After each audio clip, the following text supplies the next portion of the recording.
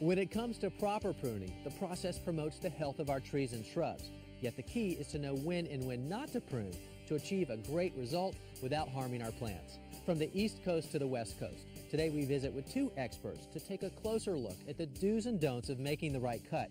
And I'll talk to you about why tree topping is one of the biggest crimes against horticulture. Patty shows us how to train apple trees for tight spaces, and Chef Nathan Lyon uses another type of fruit, the apricot, to make one of his great dishes. All that and more today on Growing a Greener World.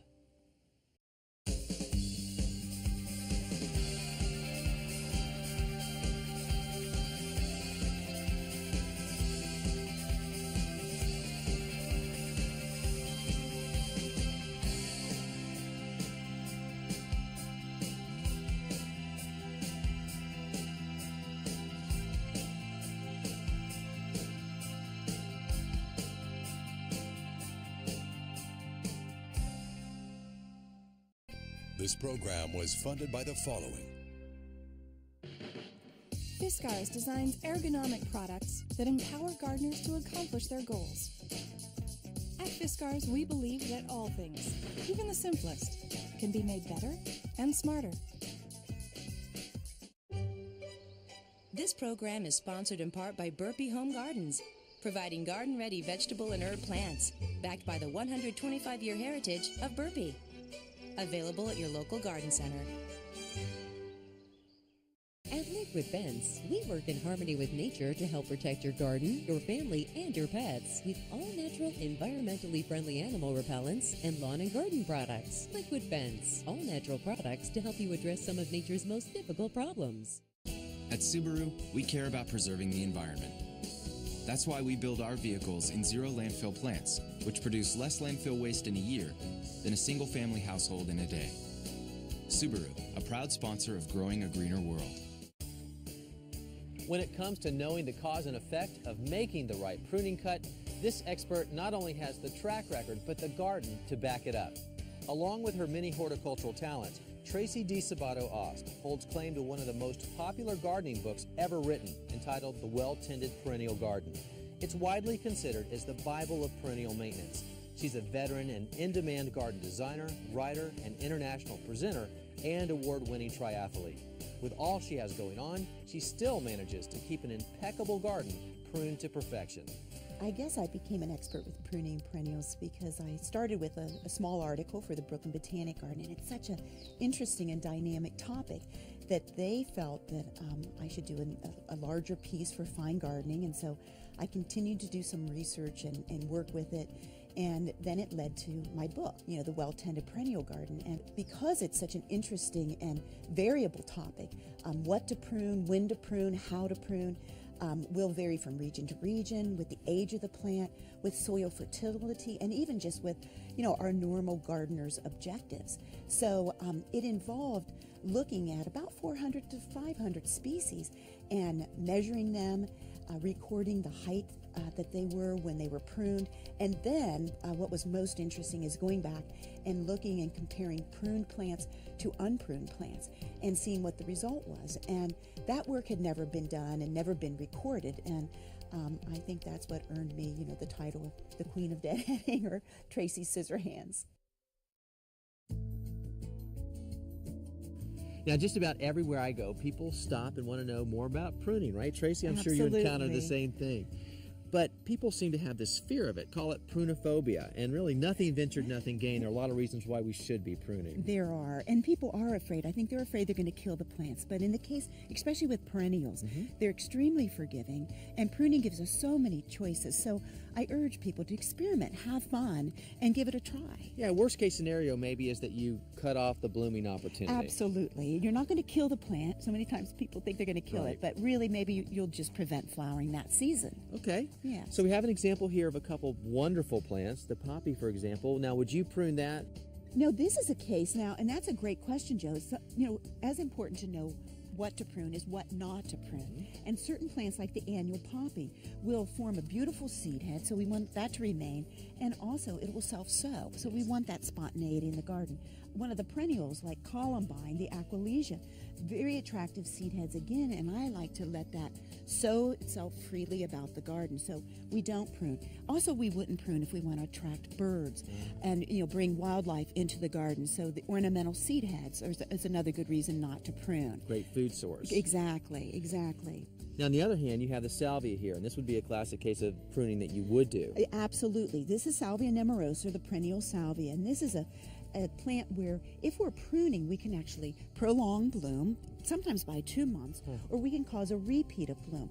And people often ask, well, where do I cut? Where do I make the pruning cut? And so we look for the old or the dead head, and we come in and we'd cut just above the lateral 2 leaves. And so what we would have here is flowering on those 2 buds. Okay, so these would come up and make new flower buds. Absolutely. And then eventually, we might go down once more to these 2, just depending on how the plant is responding. And then we'll get new growth, Joe, that develops at the base. And we'll eventually take this entire plant, cut it to the base, and that'll cause a repeat bloom. And so what we're doing is we're improving the appearance, we're prolonging bloom, we're causing repeat bloom, all by proper pruning.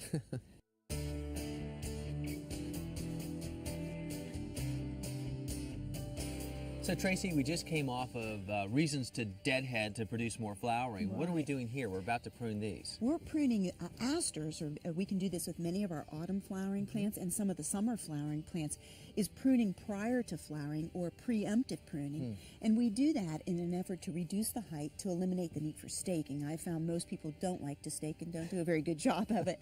So this will eliminate that little maintenance chore, as well as, in many cases, it'll delay flowering. So particularly on some of the summer flowering plants, we can go in and we'll have a 2, maybe 3 week delay in flowering. So we can do that and maybe time the flowering of that perennial with a special event or a photo shoot or something in that realm, yes. So in this case, we'd come in and just go in and just cut perhaps right to here and cut back by half. And what's fun too, Joe, is on some of the outer stems, you might come in even a little lower. So here's where we might do our 2/3, pruning that a little bit lower, pruning this stem here a little lower, and bringing this one a little bit higher. And that way we get this kind of a gradation in height, and everything's not flowering at the same height. And so we'd come in these inner stems by half, and then this outer stem bringing it down maybe a little bit lower. And this will all fill in, and we won't have those ugly legs that we often see on asters in particular, where there's no leaves and it's looking very unsightly.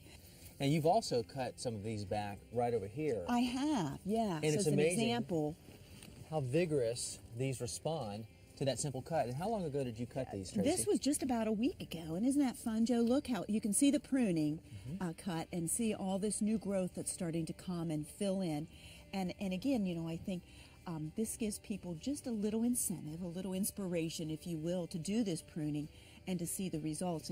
And I did this here earlier because this foxglove, this is a perennial foxglove, and it I wanted to make sure that we could see the flowering, and so the aster had gotten so large. So there's another reason to prune, is to make space for things that are, flowering or happening now in the garden. And then as this finishes, I'll deadhead it, and this aster will continue to grow, and it will fill in the space, and it'll flower later. But we haven't talked about the spring flowering plants, and you don't necessarily use your common pruners for that, do you? No. I like to use the Okatsuni head shear, so it's a really lightweight and sharp. Tracy scissor hands, by the way. Yes. Well, now I know why. And so we can do this pruning, this shearing, after flowering on many of the common flowering spring plants like the rock cress or candy tuft iberis, or some of the pinks, the dianthus, or one that a lot of people have, which is phlox subulata, or the moss phlox. Yes. So we can come in and really just go in, and we're shearing this by a half, and we can come in and shape it at the same time. So we just come in and cut. And so you'll notice, we're not getting directly above like the lateral leaves like we talked about earlier. And that's fine because these plants will fill in quickly and they'll look beautiful the rest of the season. So by cutting back, we're not stimulating new growth. We're not going to get new flowers because these are spring flowering and we're past that time. Right. We're really just creating then a more tidy plant and one that is not going to flop open like we tend to see so often where you have that big space in the center. Right, that unsightly hole that develops that we're used to seeing, particularly with that moss phlox that so many people love to grow. Yeah. So it's a wonderful technique and it's so fast. Yeah. Designers and horticulturalists across the country are passionate about the art and science of proper plant placement and pruning. And around Santa Barbara, California, landscape architect, horticultural instructor, and overall garden wise guy Billy Goodnick is a strong advocate for putting the right plant in the right place for protecting them and the environment. I was listening to an interview with Joan Rivers and she was explaining how she makes fun of everything because if she didn't laugh, she would probably start to cry. That's what I like to do with Crimes Against Horticulture. I like to poke fun and have a little fun with the things people do in their gardens, but there's really a point to be made that there's also some environmental harm that comes along with those practices. A lot of the situations that end up being crimes against horticulture really start because people don't understand the habits of a plant. Every plant has its genetic destiny. It's hardwired to grow a certain way. You can't have a redwood tree and through wishful thinking hope that it's going to behave like a petunia in a window box.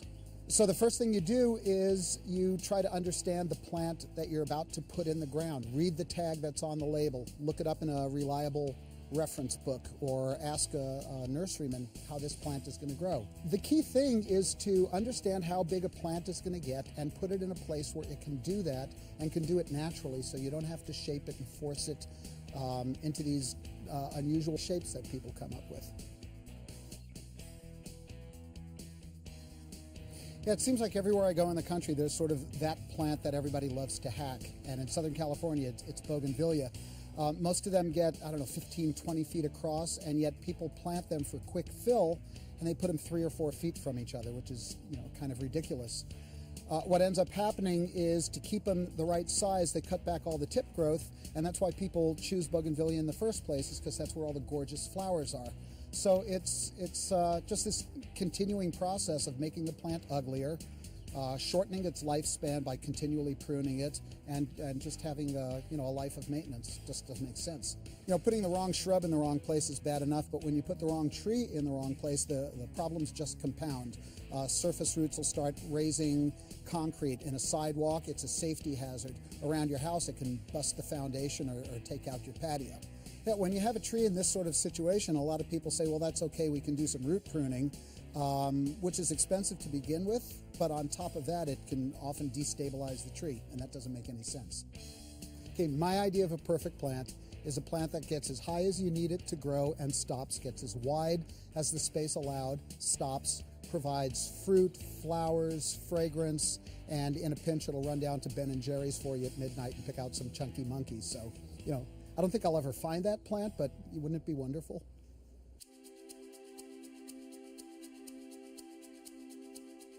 Now, where one gardener may like a closely cropped or shaped plant or tree through selective pruning or shearing, others, like Billy, prefer a more natural form. And I think it's a safe bet. We all like his idea about it being able to go out and get us ice cream. And there's another thing nearly all of us can agree on. The heavy hand of a chainsaw can be over the top. They're everywhere, trees disfigured and dying from years of abuse. Known as tree topping, it's the most harmful tree pruning practice known. Yet despite more than 25 years of spoken and written information by countless other like-minded professionals, it remains a common practice. According to the International Society of Arboriculture, the most common reason given for topping is to reduce the size of a tree, either because it's become too large for the property or a perception that it may pose a hazard. Ironically, topping is neither a viable solution to reducing size or hazard. When a tree is topped, up to 100% of the leaf-bearing crown is removed. And since leaves are the food source for any tree, the absence of the leaves can lead to temporary or even permanent starvation. As a defensive action, the starving tree responds by rapidly sending out multiple shoots from latent buds below each cut. This action is the tree's survival mechanism to put out a new flush of leaves as soon as possible. But if the tree doesn't have sufficient stored energy reserves to respond in this way, it will seriously harm the tree, even leading to its premature demise. As new shoots grow to desperately replace their food-making factory, they do so rapidly, sending up numerous water sprouts. In some species, these new shoots can grow up to 20 feet in a year. Trees will grow back rapidly, and they don't slow until they reach about their original size. The new growth that rapidly ascends from latent buds just below each cut is only anchored in the outermost layer of the parent branch. These weak attachments will never have the structural integrity of the original branch and can break off easily, even years later, when they are large and heavy. When the occasion arises and it becomes necessary to modify the height or spread of a tree, consult or hire a professional arborist. An arborist will determine the type of pruning that is necessary to maintain and improve the health, appearance, and safety of your trees. Certified or professional arborists won't use tree-damaging spikes unless they're removing the tree completely. They won't list tree topping as a service in the phone book, and they'll never recommend it to you as a solution, because it's not. So often when we garden in small spaces, we tend to stick with plants that stay rather compact, and I get that, but unfortunately, a lot of times we shy away from plants we would love to grow, like fruit trees, because we're afraid they'll get too big. But you know what? We don't have to. There are many dwarf varieties today and techniques to keep them growing in tight spaces. Now, the process might sound complicated, but it's not, and Patty's going to show us how to do it. The art of espalier. You know, it can be really intimidating for some people. But basically, all it is training a fruit tree on one plane. And it's a great idea if you don't have a lot of space and you still want to have apple trees or plum trees or any type of fruit tree, to train it along a fence or some wire like I have here. What you want to do is you want to find a dwarf or a semi-dwarf fruit tree and make sure that it's got lots of branches for you to work with. Next, you have to, of course, pick where you want to grow this tree. It's great to do them up against a fence or a wall, but if you don't have a fence or a wall to put it up against, you can put 2 poles and then start attaching wire or some electrical conduit like I have here. You want to make sure that the supports are going to be sturdy enough to hold up those amazing fruits that you're going to have growing on your tree in no time. Now, I purchased this tree at the local nursery. It's a semi-dwarf apple tree, and it's got a lot of branches for me to work with. So what I'm going to do first is I'm just going to pick the branches that I want to start training horizontally. And there are a lot of different types of shapes that you can do with an espalier. I'm just going to do a horizontal shape. So I'm picking branches that are going to be able to fit horizontally along the conduit that I have here and also the wire that I've already attached. And we're going to start with the bottom branches. Now, before I prune any branches, I want to attach the branches horizontally to my supports. And then I want to prune all of the branches that I'm not going to use anymore. To train your tree branches, all you have to do is bend the tree branch down and tie it off with some horticultural tape. Over time, you're going to come back and you're going to tie it straighter and straighter along the support. All right, now that everything is secure, we are going to prune the branches. Before you start pruning, make sure you have a good pair of sharp pruners. It's going to help maintain the health of your tree. And all you want to do is cut the branch flush with the tree trunk. We're going to prune this one, these here, these, and finally this one. That's all there is to it. Now, periodically throughout the growing season, you're going to want to come and check on your tree, prune off any branches, any stray branches that are growing off the trunk, and continue to train the branches along your vertical support. And in no time, you will have a surprisingly large harvest in a small space. From apples to apricots picked fresh from the garden, that's what Chef Nathan Lyon is using today. You know, I never seem to be around at the right times when Nathan is making up these fabulous dishes, but I think today I hit the jackpot because I see apricots and cinnamon and cherries, so something tells me we've got a dessert dish going on. That's right. You're exactly right, Joe. What I'm doing is I'm picking out these apricots, which are right in season right now, The thing about apricots is you almost always see them with cherries, and these are called stone fruit. Anything with a pit, so a cherry has a pit or a stone because it's hard as a stone. Next thing goes apricots, the next thing is nectarines, and then peaches. The way that I'm picking them out right now is I'm actually looking at the top of the apricot. It's really this beautiful apricot color, whereas something like, say, this one has a bit more yellow, lighter in color. It's not quite ready to go, so I'll put this one in a brown paper bag and just let it sit right on the counter, and it'll naturally ripen. All right. Okay. So what are we making? We're gonna make these vanilla bean poached apricots. Yeah, which is pretty insane. With fresh vanilla bean, not the artificial stuff, and top it off with some sliced almonds. And it's just so simple, and it's really fast, and it's just a wonderful way to point out the amazing flavors of apricots, because apricots actually get better as you cook them rather than raw. Okay, well, let's start. Actually, Joe, if you can do me a favor, about an inch of water in this pot would be great. Okay. Okay. And then when you're done with that, if you can tear these apricots in half, with the brute strength of Joe, just tear them right in half, okay? And I'm going to show you how to make a simple syrup. It's really super fast. And these are going in here. That's correct. Just tear them right in half. There's a pit, and just put them right on there. All right. Okay. And then also dump in that brown sugar. Okay. The brown sugar gives a certain amount of sweetness. And then what I do is I use these beautiful vanilla beans. Now check this out. Look at these vanilla beans. You gotta come in. And you can smell them. When you come in, you just smell them. This is actually a vanilla pod. And the reason why they're so expensive, because you see them at the grocery store, the reason why they're so expensive is because it comes from an orchid. It's the one thing that we can actually eat from an orchid, the thousands of varieties of orchids. And you pick them green, you have to let them sit out in the sun, and you wrap them up in burlap for like 5 days. And then you have to ship them from Tahiti and, Madagascar and all these different places. I would charge you $100 a vanilla bean if I had to put that labor in. But I'd do it for free if I could go to Tahiti to get them. I mean, it's a good thought. So this is great. You have the water, you have the apricots, just dump in the brown sugar. Do that now? Absolutely. Okay. Crank up the heat? Please do. And the way to get the vanilla beans, the actual beans, out of this pod is I cut it in half to make it a little easier. And I'll take a nice sharp knife and I'll score it and cut it directly down about halfway through. Okay. And you kind of open it up like a little book. And inside are these teeny, tiny little beans. Just like this. And you scrape out these beans. And these right here are the actual beans. All right, this is the vanilla beans. So when you're thinking about, desserts, creme brulee, ice cream, this is what you're thinking about. Okay? Yeah, those are the little black flecks that we have in that vanilla bean ice cream that my kids tend to just devour. Absolutely right.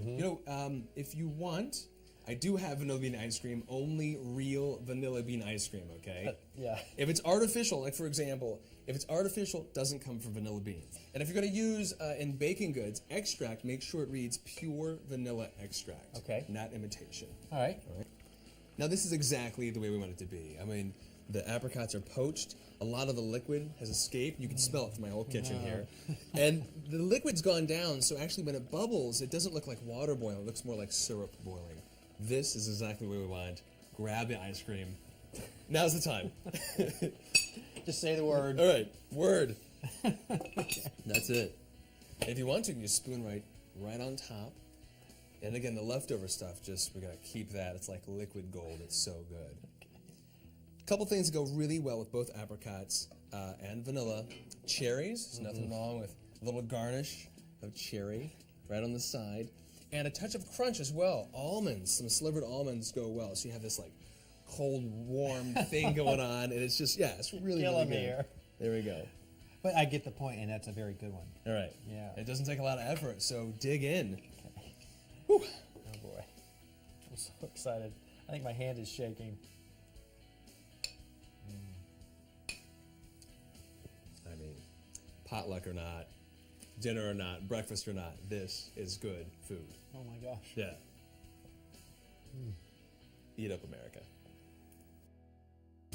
Well, after today, I hope we've helped you understand that putting the right plant or tree in the right place and making the right cut can help you cut down on your ongoing maintenance and expense. But if you have any more questions about pruning, we have some great articles and links on our website, along with Chef Nathan Lyon's full cooking video and his recipe.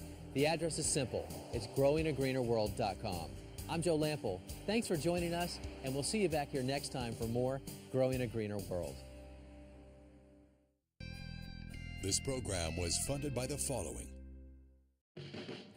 Fiskars designs ergonomic products that empower gardeners to accomplish their goals. At Fiskars, we believe that all things, even the simplest, can be made better and smarter. This program is sponsored in part by Burpee Home Gardens, providing garden-ready vegetable and herb plants, backed by the 125-year heritage of Burpee. Available at your local garden center. At Liquid Fence, we work in harmony with nature to help protect your garden, your family, and your pets with all-natural, environmentally friendly animal repellents and lawn and garden products. Liquid Fence, all-natural products to help you address some of nature's most difficult problems. At Subaru, we care about preserving the environment. That's why we build our vehicles in zero landfill plants, which produce less landfill waste in a year than a single-family household in a day. Subaru, a proud sponsor of Growing a Greener World. And there's another reason for pruning that we haven't talked about yet that might come in handy for you too, and that is to open up the view. Hey, I look pretty good on TV. Maybe I should be on TV. We'll catch it. So. We'll add you in post. Keep your day job, Carl. You're best behind the camera.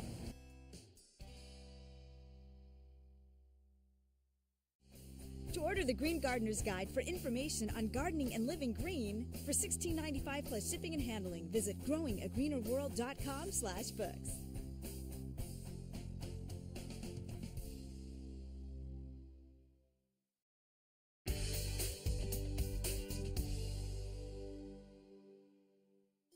This program is presented by Blue Ridge PBS. When it comes to proper pruning, the process promotes the health of our trees and shrubs. Yet the key is to know when and when not to prune to achieve a great result without harming our plants. From the East Coast to the West Coast, today we visit with two experts to take a closer look at the do's and don'ts of making the right cut. And I'll talk to you about why tree topping is one of the biggest crimes against horticulture.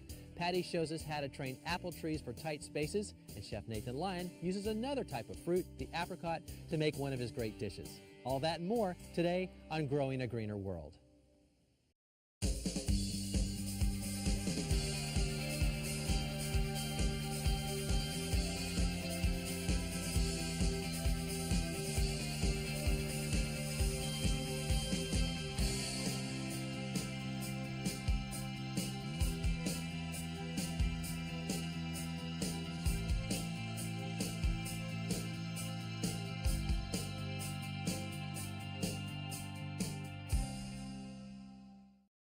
This program was funded by the following. Fiskars designs ergonomic products that empower gardeners to accomplish their goals. At Fiskars, we believe that all things, even the simplest, can be made